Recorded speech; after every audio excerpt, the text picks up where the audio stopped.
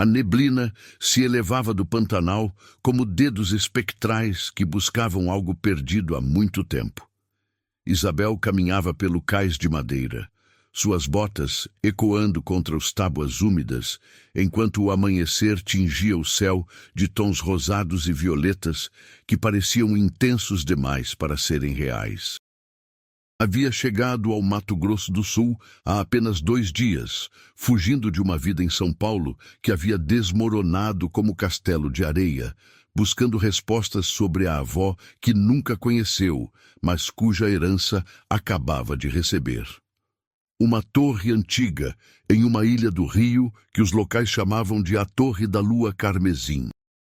O nome era poético e ominoso ao mesmo tempo, como tantas coisas neste lugar onde as tradições indígenas se misturavam com o catolicismo colonial e algo mais antigo, algo que Isabel podia sentir no ar, mas não conseguia nomear. Havia contratado um barqueiro local para que a levasse até a ilha, um homem mais velho chamado seu Esteban, que havia conhecido sua avó e que, quando Isabel mencionou o nome da torre, havia se benzido 3 vezes antes de aceitar levá-la. A torre não é lugar para os vivos, havia murmurado, enquanto preparava sua canoa de madeira pintada de azul brilhante. Mas se carrega o sangue de Dona Valentina, então talvez a torre esteja te chamando. Se você gosta de histórias cheias de mistério, romance e magia, não se esqueça de se inscrever no canal e nos deixar nos comentários de onde você está nos assistindo. Agora vamos continuar com a jornada de Isabel rumo ao seu destino. Uma canoa cortava a água quieta do rio enquanto seu Esteban remava em silêncio, seus olhos escuros fixos na ilha que emergia da neblina como um sonho ou um pesadelo. Isabel podia ver a torre agora, uma estrutura de pedra que se elevava em direção ao céu como um dedo acusador, coberta parcialmente por trepadeiras e musgo, mas ainda majestosa apesar dos séculos. As lendas locais diziam que havia sido construída por um feiticeiro há mais de 400 anos, durante os primeiros dias após a colonização, quando o mundo antigo e o novo chocavam violentamente. Outros diziam que era muito mais antiga, que havia existido desde tempos pré-coloniais e que o feiticeiro simplesmente a havia reclamado. Sua avó viveu ali durante 50 anos, disse finalmente seu Esteban, quebrando o silêncio. Nunca desceu para a cidade, nunca falou com ninguém, exceto quando precisava de mantimentos. Mas nós, barqueiros, havíamos às vezes parada no topo da torre durante as noites de lua cheia, com seus braços estendidos como se estivesse abraçando o céu. Diziam que podia falar com os espíritos, que conhecia segredos que os deuses esqueceram. Isabel sentiu um arrepio que não tinha nada a ver com a brisa fria do rio. Sua mãe nunca havia falado sobre a avó Valentina, havia rejeitado qualquer pergunta com uma expressão de dor e medo que Isabel nunca entendeu. E agora sua mãe estava morta, levando seus segredos para o túmulo, e só restava esta herança misteriosa. Uma torre em uma ilha e uma carta lacrada que Isabel ainda não havia aberto.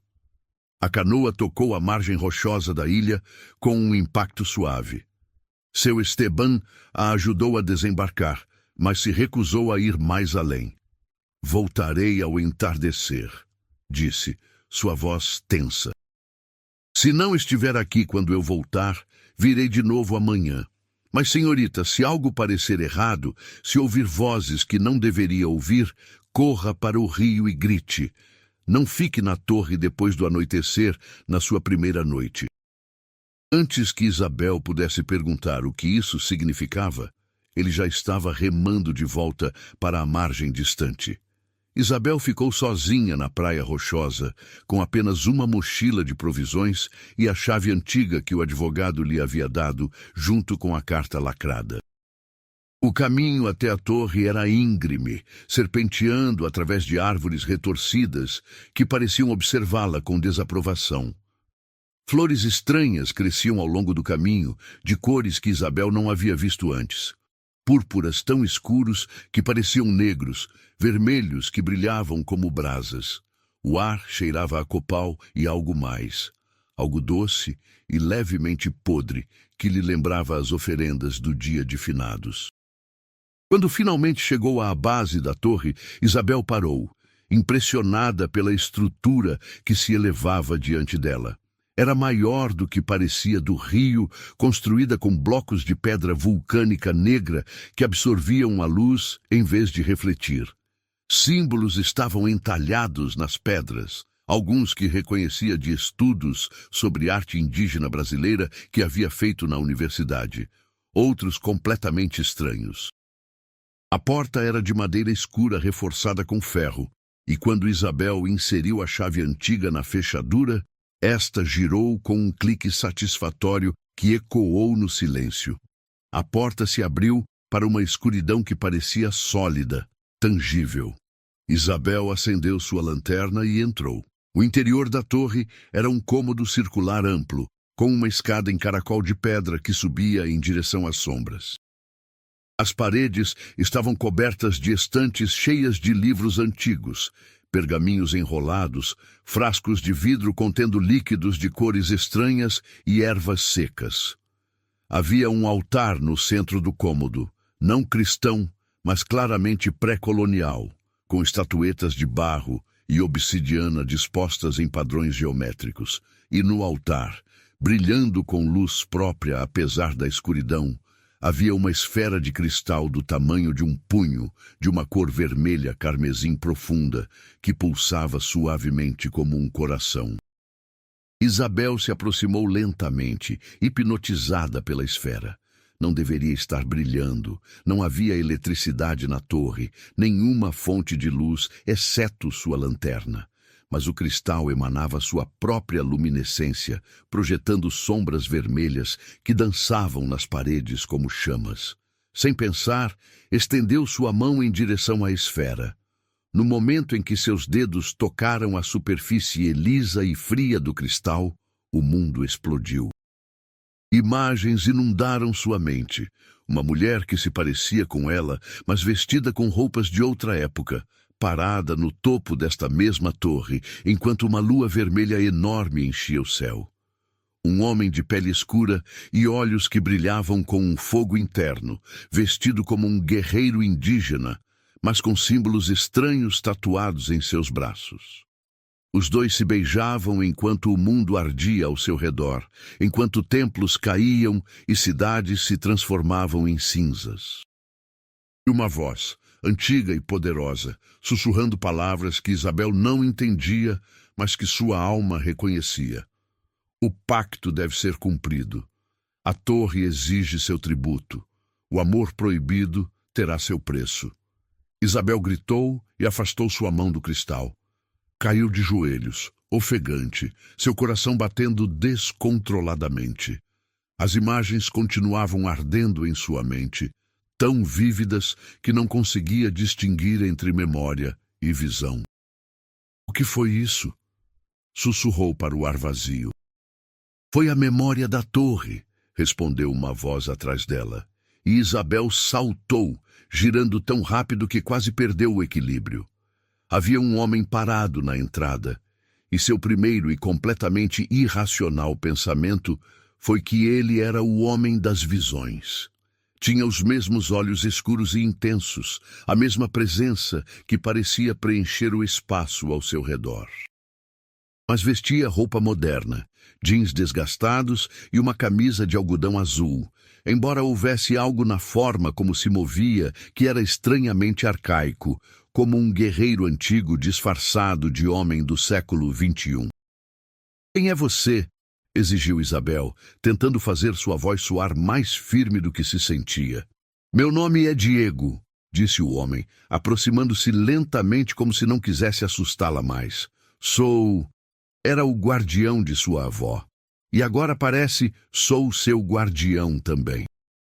Isabel se levantou, tentando manter a distância entre eles. Não preciso de um guardião, e esta é propriedade privada. Como você entrou? Diego sorriu, mas havia tristeza naquele sorriso. A torre não é realmente sua, Isabel. Nunca foi. Você pertence à torre, não o contrário. E quanto a como entrei, fez um gesto vago com a mão.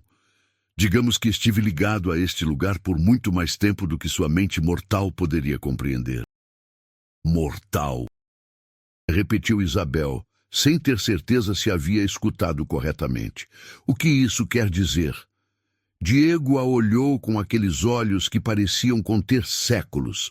Significa que não sou completamente humano, embora uma vez tenha sido. Significa que estou ligado a esta torre por um pacto feito há mais de 400 anos. E significa que você, Isabel, herdou mais do que apenas pedras e livros velhos. Herdou uma responsabilidade, um poder e uma maldição que remonta a antes de os portugueses pisarem nestas terras. Isabel quis rir, quis dizer-lhe que estava louco, que nada disso era real, mas as imagens do cristal ainda ardiam em sua mente, e havia algo na presença de Diego que tornava impossível não acreditar nele. Explique, disse finalmente, sua voz pouco mais que um sussurro. Conte-me tudo. Diego assentiu lentamente. Sente-se. É uma história longa e dolorosa, e começa em uma época em que os deuses ainda caminhavam entre os mortais. Sentaram-se no chão de pedra frio, o cristal carmesim pulsando suavemente entre eles como um terceiro coração. Diego começou a falar, sua voz tomando um tom narrativo que soava como se tivesse contado esta história 1000 vezes, mas que ainda lhe doía. Nasci em 1518, filho de um cacique indígena e uma sacerdotisa do Templo da Lua.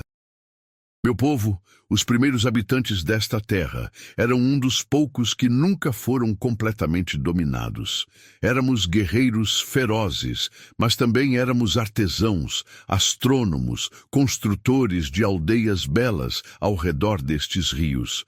Quando tinha 17 anos, os portugueses chegaram, não ao nosso território primeiro, mas às terras costeiras. Ouvimos histórias de homens brancos com armaduras de metal e animais que pareciam homens fundidos com veados, de doenças que matavam aldeias inteiras, de templos queimando.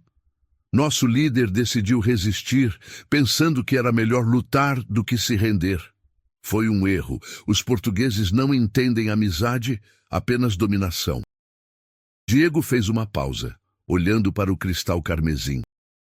Foi naquele tempo de caos e mudança que conheci Yara, continuou, e sua voz se suavizou ao dizer o nome. Era uma curandeira, uma mulher que podia se transformar em onça, a última de uma linhagem antiga de feiticeiras que serviam à deusa Lua. Era linda, selvagem, poderosa, e estava completamente fora do meu alcance, porque eu estava prometido a outra mulher. Uma aliança política que nossos pais haviam arranjado. Isabel escutava fascinada, vendo paralelos com as imagens que havia visto no cristal. O que aconteceu? Perguntou suavemente. A expressão de Diego se escureceu. Me apaixonei por ela. Desesperadamente, completamente, de uma maneira que desafiava todos os deveres e obrigações que tinha com meu povo. Nos encontrávamos em segredo, aqui nesta ilha, que então era um lugar sagrado dedicado à deusa Lua. Yara havia construído esta torre usando sua magia, erguendo as pedras com canções antigas, imbuindo-a com proteções que a tornariam invisível para aqueles que não tivessem o sangue correto ou o conhecimento correto. Durante 6 meses, fomos felizes. 6 meses roubados de um mundo que desmoronava ao nosso redor. Mas como todas as coisas ocultas, eventualmente fomos descobertos. Minha prometida soube de nossos encontros. Sua família, poderosa e vingativa, exigiu minha morte pela desonra. E os sacerdotes, enfurecidos porque Yara havia usado magia sagrada para fins profanos, demandaram que ela fosse executada também. Diego se levantou e começou a caminhar pelo cômodo, seus movimentos inquietos. Yara me ofereceu uma saída. Disse que podia usar o poder da torre, a energia que havia acumulado durante nossos encontros aqui, para criar um feitiço que nos salvaria a ambos. Mas cada magia poderosa requer um sacrifício, continuou amargamente. E o sacrifício que os deuses exigiram foi terrível. Um de nós viveria eternamente, preso à torre, incapaz de morrer, mas também incapaz de viver verdadeiramente. O outro morreria, mas sua alma se reencarnaria uma e outra vez, retornando à torre, buscando o amante perdido.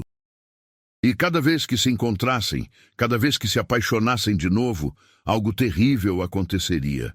Morte, destruição, dor. Era o preço por desafiar a ordem natural, por usar magia sagrada para o amor mortal. Isabel sentiu que o cômodo girava ao seu redor. Não, sussurrou. Não pode ser. Eu escolhi ser aquele que vivesse eternamente, disse Diego, olhando-a diretamente. Não podia suportar a ideia de que Yara estivesse presa aqui, sozinha, durante séculos. Então tomei a maldição sobre mim mesmo, e ela morreu em meus braços, enquanto o feitiço fazia efeito. Suas últimas palavras, uma promessa de que retornaria, de que me encontraria não importando quantas vidas tivesse que viver. Você retornou 8 vezes nestes 400 anos, continuou sua voz quebrada. 8 vezes você nasceu de novo, cresceu sem se lembrar de mim, e eventualmente o destino ou os deuses ou a própria torre te trouxeram de volta aqui. 8 vezes nos apaixonamos de novo. E 8 vezes algo terrível aconteceu antes que pudéssemos estar juntos realmente. Isabel negou com a cabeça, lágrimas correndo por suas bochechas, sem saber exatamente por que chorava. Isto é impossível. Sou Isabel Morales, tenho 28 anos, sou arquiteta, tenho uma vida normal. Sua avó Valentina foi a 8ª reencarnação, interrompeu Diego gentilmente. Por isso viveu aqui durante 50 anos, por isso sua mãe te manteve longe deste lugar. Valentina se lembrou. Depois de anos de estar perto da torre, de tocar o cristal carmesim, todas as memórias retornaram. E quando me reconheceu, quando finalmente entendeu nossa história... O que aconteceu? Perguntou Isabel, embora parte dela não quisesse saber. A torre exigiu seu tributo, disse Diego com voz vazia, como sempre faz. Valentina desenvolveu uma doença, algo que os médicos não conseguiam explicar. Seu corpo simplesmente começou a se apagar, como se a vida se drenasse dela. Passou seus últimos anos aqui, estudando os livros antigos, tentando encontrar uma forma de quebrar a maldição. E pouco antes de morrer, me disse que havia encontrado algo, uma possibilidade. Disse que sua neta, seu sangue direto, poderia ter o poder de mudar as coisas. Que as regras da reencarnação poderiam ser diferentes se alguém com seu sangue, mas que não fosse ela mesma, viesse à torre. É você, Isabel. Você é essa possibilidade. Isabel se levantou abruptamente. Não aceito isto. Não vou ser parte de alguma maldição antiga, alguma história trágica de amor impossível. Vim aqui porque herdei uma propriedade, nada mais. Não sou a reencarnação da sua amante perdida. Diego a olhava com uma mistura de dor e compreensão. Eu sei. Você é diferente de todas as vezes anteriores, posso sentir. Não é Yara renascida, é completamente você mesma. E isso é exatamente por que poderia funcionar. Por que poderíamos finalmente quebrar este ciclo. Mas, acrescentou com voz baixa, para fazer isso, teria que escolher ficar. Teria que escolher aprender a magia da torre, entender o pacto, enfrentar os espíritos que vigiam este lugar. E teria que escolher acreditar em mim, confiar em mim, embora pareça loucura. Isabel se dirigiu para a porta, precisando de ar fresco, precisando de espaço para pensar. Mas quando tentou abrir a porta, esta não se moveu. Empurrou mais forte, depois com pânico, mas era como se a porta tivesse sido selada. A torre não vai te deixar ir ainda, disse Diego atrás dela.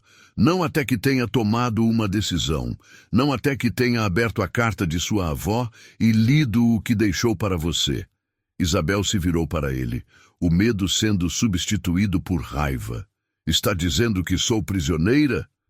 Não prisioneira, corrigiu Diego. A torre está te protegendo. Há coisas lá fora, espíritos e entidades atraídas pelo poder do cristal carmesim que te fariam mal se te encontrassem antes de estar preparada. Tua avó estabeleceu proteções, mas essas proteções só funcionam para aqueles que estão dentro da torre depois do anoitecer. Como se suas palavras tivessem sido um sinal, Isabel notou que a luz que entrava pelas janelas estreitas estava escurecendo. Quanto tempo havia passado? Parecia minutos, mas deviam ter sido horas. Leia a carta, insistiu Diego suavemente. Leia o que sua avó deixou para você, então decidirá o que fazer. Com mãos trêmulas, Isabel tirou a carta lacrada de sua mochila. O selo era de cera vermelha, com um símbolo que coincidia com os entalhes nas paredes da torre. Quando o quebrou, sentiu uma descarga de energia percorrer seus dedos. A carta estava escrita em uma caligrafia elegante e antiga, as palavras fluindo como poesia. Minha querida Isabel, se está lendo isto, significa que finalmente veio à torre. Perdoe-me por todos os segredos, pelas mentiras que sua mãe teve que te contar para te manter afastada. Mas agora é hora da verdade. Você não é a reencarnação de Yara, como todas as que vieram antes. É algo diferente, algo que passei 50 anos tentando criar. É meu legado mágico, meu sangue combinado com os rituais que aprendi dos livros antigos. É a chave que pode quebrar a maldição, mas apenas se escolher fazê-lo. Diego te terá contado a história, e sei que parece impossível. Mas toque o cristal carmesim de novo, Isabel. Desta vez, não verá apenas o passado. Verá o futuro que poderia ter se for corajoso o suficiente para tomá-lo. Te amo, menina. Sempre te amei, mesmo quando não podia estar perto de você. Sua avó Valentina. Isabel levantou a vista da carta, encontrando os olhos de Diego fixos nela. Sabia o que dizia? Perguntou. Ele negou com a cabeça. Valentina nunca me deixou ler. Disse que era só para você. Isabel se aproximou de novo do altar, do cristal carmesim que pulsava com seu brilho interno. Desta vez, quando estendeu sua mão, não hesitou. Seus dedos tocaram a superfície do cristal e o mundo se transformou. Mas desta vez, as visões foram diferentes. Não viu o passado, mas possibilidades. Ela mesma aprendendo magia antiga sob a tutela de Diego, suas mãos brilhando com poder enquanto movia objetos com a mente. Viu a si mesma parada no topo da torre durante uma lua cheia, cantando em uma língua que não conhecia, mas que sua alma entendia. Viu Diego não como um guardião amaldiçoado, mas como um companheiro, um amor que crescia lentamente, naturalmente, sem a pressão de vidas passadas ou destinos predeterminados. E viu a maldição se quebrando, não em um momento dramático, mas gradualmente, como gelo derretendo sob o sol de primavera.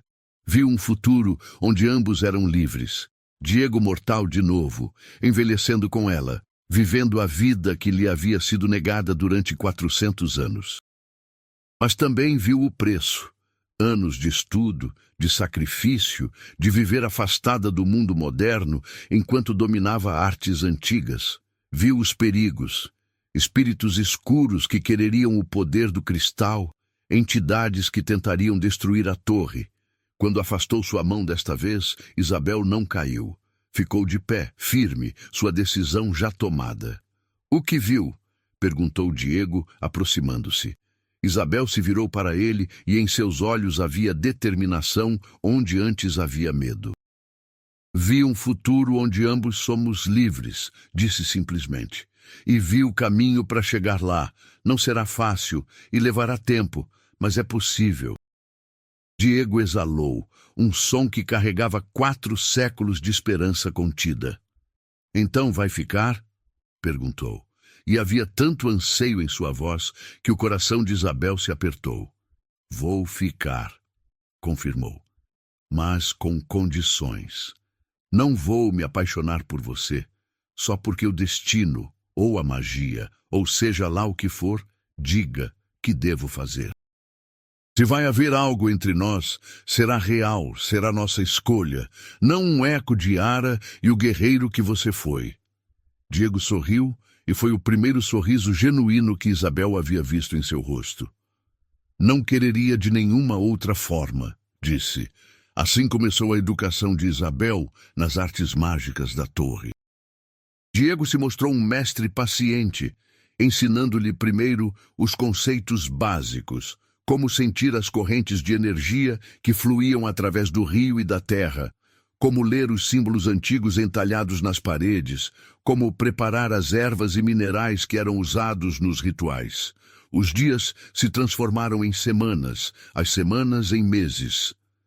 Isabel descia ao povoado uma vez por semana para comprar mantimentos, e os locais começaram a se acostumar a vê-la, embora sempre com uma mistura de respeito e medo. É como sua avó, sussurravam quando passava. A torre a reclamou. E de certa forma tinham razão. Isabel sentia como a torre se tornava parte dela, ou talvez ela se tornasse parte da torre. Podia sentir cada pedra, cada caule das plantas estranhas que cresciam na ilha, cada movimento da água do rio. Mas o mais surpreendente era sua relação com Diego. Lentamente, com o cuidado de 2 pessoas que haviam sido feridas muitas vezes, começaram a se conhecer realmente. Diego lhe contou histórias dos 4 séculos que havia vivido, as guerras que havia presenciado, as mudanças que havia visto, os momentos de beleza e horror que haviam marcado sua existência interminável. E Isabel compartilhou sua própria história, mais breve, mas não menos significativa. Sua infância sem pai, sua mãe distante e sempre assustada, sua carreira como arquiteta que havia amado, mas que agora parecia pertencer a outra vida. Uma noite, 6 meses depois de Isabel chegar à torre, estavam sentados no terraço olhando as estrelas. Era lua cheia, e o cristal carmesim no cômodo abaixo deles pulsava com uma intensidade que fazia vibrar toda a estrutura. Sabe de uma coisa? Disse Isabel suavemente, recostando-se contra o ombro de Diego. Acho que estou me apaixonando por você. Não porque tenha que fazer, mas porque é você. Diego a olhou, surpresa e alegria se misturando em sua expressão. E isso te assusta? Ele perguntou gentilmente. Isabel considerou a pergunta. Um pouco, admitiu. Mas não tanto quanto pensei que assustaria, porque isto é diferente de todas as histórias que me contou. Isto somos nós, escolhendo isto. Diego a beijou então, suave e lentamente, e foi como se o universo inteiro prendesse o fôlego. O cristal carmesim na torre abaixo deles brilhou mais intensamente, mas desta vez não com advertência, mas com algo que parecia aprovação. Os meses seguintes foram os mais intensos do treinamento de Isabel. Valentina havia deixado instruções detalhadas em seus diários, um mapa para quebrar a maldição. Requeria 3 rituais principais, cada um mais perigoso que o anterior. O primeiro era um ritual de purificação, limpando a energia escura que havia se acumulado ao redor da torre durante séculos. Isabel o realizou durante o equinócio de primavera, com Diego ao seu lado, mas sem poder ajudá-la diretamente. O ritual durou 3 dias e 3 noites, e Isabel emergiu exausta, mas triunfante. A torre mesma parecia mais brilhante agora, as pedras emitindo uma luz suave. O segundo ritual era mais complicado. Requeria que Isabel viajasse ao mundo espiritual e enfrentasse as entidades que haviam sido atraídas pelo poder do cristal carmesim. Com Diego vigiando seu corpo físico, Isabel bebeu uma poção que Valentina havia preparado e deixado conservada magicamente. Sua consciência se separou de seu corpo e se encontrou em uma paisagem de pesadelo, um reflexo escuro da torre, onde sombras com olhos brilhantes a espreitavam. Lutou durante o que pareceu horas, usando a magia que havia aprendido para se defender e, finalmente, expulsar as entidades além dos limites da torre. Quando acordou, estava nos braços de Diego, que tinha lágrimas nos olhos. "Pensei que havia te perdido", sussurrou. Ficou inconsciente durante 2 dias. Isabel sorriu fracamente. "Mas funcionou", disse. "A torre está limpa agora. Só falta mais um ritual." O ritual final era o mais perigoso e pessoal. Requeria que tanto Isabel quanto Diego oferecessem algo ao cristal carmesim. Para Diego, era sua imortalidade, o dom amaldiçoado que havia carregado durante 4 séculos. Para Isabel, era parte de sua vida, anos que seriam consumidos pelo cristal como pagamento por quebrar um pacto tão antigo. Discutiram o preço durante dias. "Não posso pedir que sacrifique anos de sua vida por mim", argumentava Diego. "Não está me pedindo", respondia Isabel firmemente. "Estou escolhendo, porque uma vida mais curta vivida livremente com você vale mais que uma vida longa vivida sozinha." Finalmente, durante a lua cheia de outubro, exatamente 1 ano depois de Isabel chegar à torre, realizaram o ritual final. Juntos, com as mãos entrelaçadas sobre o cristal carmesim, recitaram as palavras que Valentina havia deixado escritas. O cristal começou a absorver sua energia, tomando a imortalidade de Diego e 15 anos da vida de Isabel. A dor era insuportável, como se cada célula de seus corpos estivesse sendo reescrita. Mas se sustentaram mutuamente, seus olhos fixos um no outro, enquanto o mundo desmoronava e se reconstruía ao seu redor. Quando terminou, ambos caíram ao chão, exaustos, mas vivos. Diego olhou suas mãos e viu algo que não havia visto em 400 anos. Uma pequena cicatriz, uma imperfeição em sua pele perfeita. "Sou mortal", sussurrou com espanto. "Realmente sou mortal de novo." Isabel sorriu apesar do cansaço. "Conseguimos", disse. "Quebramos a maldição." Mas algo mais havia mudado. O cristal carmesim, que havia pulsado com luz vermelha durante séculos, agora brilhava com uma cor diferente, um dourado suave que enchia a torre de calor. Os anos que se seguiram foram os mais felizes que Diego havia conhecido em toda sua longa existência. Ele e Isabel se casaram em uma cerimônia simples na ilha, com apenas seu Esteban e alguns barqueiros locais como testemunhas. Viveram na torre, mas já não era um lugar de maldição, mas um lar. Isabel continuou seus estudos de magia, mas agora com liberdade, escolhendo o que aprender e o que deixar de lado.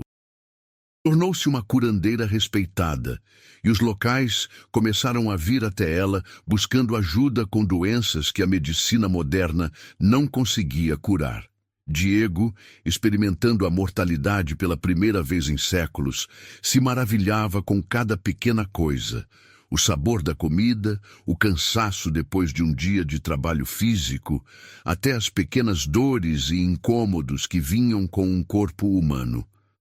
"É perfeito", disse a Isabel uma noite enquanto deitavam juntos olhando as estrelas. "Cada momento é precioso porque sei que não durará para sempre." Tiveram 2 filhos, um menino e uma menina que cresceram na ilha, aprendendo tanto a magia antiga quanto as realidades do mundo moderno. A torre os protegia, o cristal dourado assegurando-se de que nenhum mal lhes chegasse. Quando Diego completou 60 anos em sua nova vida mortal, fisicamente parecia ter 40 devido aos séculos de imortalidade que haviam deixado sua marca. Mas estava envelhecendo, finalmente, gloriosamente envelhecendo, e Isabel, que havia sacrificado 15 anos de sua vida, envelhecida ao seu lado. Uma tarde de outono, 30 anos depois de quebrar a maldição, Isabel e Diego caminhavam pela margem do rio. Seus filhos já eram adultos, com suas próprias famílias, visitando a ilha regularmente, mas vivendo suas próprias vidas no continente. "Alguma vez se arrepende?" perguntou Diego, tomando a mão de Isabel. "Dos anos que sacrificou?" Isabel negou com a cabeça, seu cabelo agora mais branco que preto. "Nem um único dia", respondeu. "Vivi mais nestes 30 anos com você do que muitos vivem em 100. Diego a beijou suave e terno. "Te amo", disse simplesmente. "Nesta vida e em todas as que possam vir, embora espere que esta seja suficiente por enquanto", acrescentou com um sorriso. Isabel riu. "Definitivamente é suficiente", concordou. Viveram outros 20 anos juntos, envelhecendo graciosamente, rodeados do amor de seus filhos e netos. A torre permaneceu como um farol de magia e esperança no rio, um lembrete de que até as maldições mais antigas podem ser quebradas, que o amor verdadeiro pode desafiar o próprio destino. Quando Isabel finalmente fechou os olhos pela última vez aos 73 anos, Diego estava ao seu lado, segurando sua mão. 5 anos depois, quando foi sua vez de partir, o fez em paz, sabendo que havia vivido uma vida completa, que havia amado e sido amado, que havia quebrado as correntes de uma maldição de 4 séculos. A torre ficou vazia então, mas não abandonada. Os netos de Isabel e Diego a mantiveram, e alguns descobriram que também tinham o dom da magia. O cristal carmesim, agora dourado, continuou brilhando, já não com advertência, mas com promessa. A promessa de que o amor verdadeiro pode transformar até as maldições mais escuras em bênçãos. E nas noites de lua cheia, os barqueiros do rio juravam que podiam ver 2 figuras no topo da torre. Um casal mais velho, de mãos dadas, olhando as estrelas juntos, como haviam feito durante décadas. Não eram fantasmas, mas memórias, ecos de um amor tão forte que havia deixado uma impressão permanente no tecido da realidade. A história de Isabel e Diego se tornou lenda, contada no povoado como uma história de esperança. De como uma arquiteta de São Paulo e um guerreiro amaldiçoado, durante 4 séculos, encontraram uma forma de quebrar as correntes do destino. De como escolheram seu próprio caminho, seu próprio amor, em vez de serem vítimas de um pacto antigo. E a Torre da Lua Carmesim permaneceu, já não carmesim, mas dourada, um farol no rio que lembrava a todos os que haviam que a magia mais poderosa não vem de rituais antigos ou cristais encantados. Vem da escolha, do sacrifício, do amor que se atreve a desafiar o próprio destino e vencer. Anos depois, quando os bisnetos de Isabel e Diego visitavam a torre, encontravam os diários que sua bisavó havia deixado, documentando tudo, os rituais, a magia, o amor. E na última página, escritas com a caligrafia trêmula de uma mulher mais velha, mas com palavras firmes e claras, Isabel havia deixado uma mensagem. A quem ler isto no futuro, a magia é real. As maldições existem, e os deuses antigos ainda escutam. Mas mais real que tudo isso é o poder de escolher seu próprio destino. Diego e eu quebramos uma maldição de 4 séculos não com poder, mas com amor, não com força, mas com sacrifício. Se algum dia enfrentar sua própria maldição, seu próprio destino inevitável, lembre-se, sempre há uma escolha. Sempre há um caminho, só precisa ser corajoso o suficiente para tomá-lo. Com amor eterno, Isabel.